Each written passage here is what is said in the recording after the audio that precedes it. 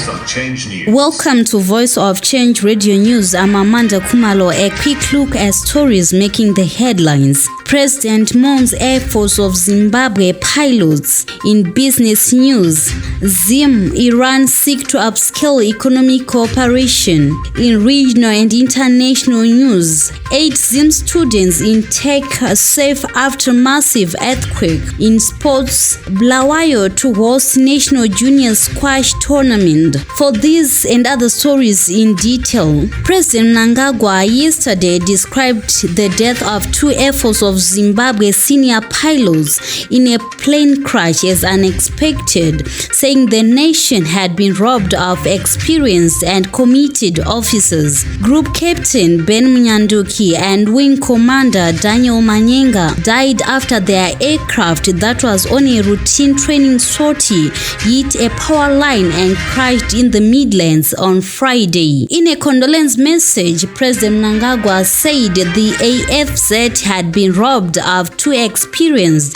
and dedicated officers. A funeral parade in honor of the 2 decorated officers will be held today at Josiah Tungamirai AFZ base in Gweru. Rains that have been received in some parts of Matabeleland South over the past few days have brought some relief to livestock farmers as pastures had been depleted in some areas. Work on Lupane Provincial Hospital, the first public referral health institution in Matabeleland North Province, has gained pace as the government steps up efforts to meet the end of year deadline to completing the 250-bed state-of-the-art health facility. The hospital is expected to ease pressure on Pilo Central Hospital and United Bulawayo hospitals, which also serve the country's southern region.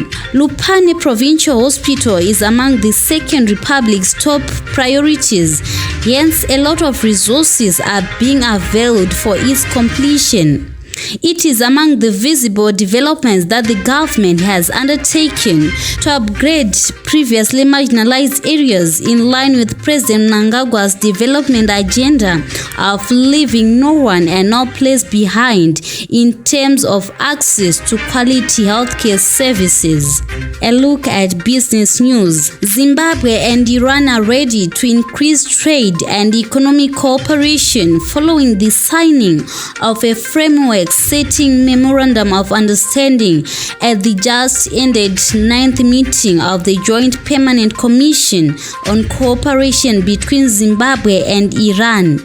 Soon after the meeting, Zimtrade and its Iranian counterparts signed a trade agreement between Zimbabwe and Iran as they continue forging ahead with the implementation of the cooperation agreement. A look at what is happening beyond our borders. 8 Zimbabwean students learning in Turkey are safe after the devastating earthquake that ripped through parts of Turkey and Syria early Monday morning. In an interview this morning, Zimbabwe's ambassador to Turkey, His Excellency Alfred Mutuwa-Zuka, said he had not received reports of Zimbabweans killed in the earthquake.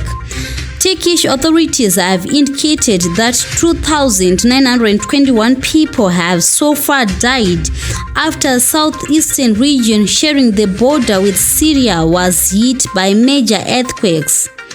And finally, in sports, Bulawayo is set to host the Zimbabwe Closed Junior Squash Championship, which is scheduled to start on Friday, February 17, and conclude the following day. The tournament's matches will take place at 3 venues. The championship will also be used as part of team selection for Zimbabwe, thus players are encouraged to take part in it. Interest in the sport has been reignited, with Zimbabwe set to host the 2023 World Squash Federation Level 1 coaching course in March and April at St. George's College in Harare. That brings us to the end of this bulletin. Voice of Change News.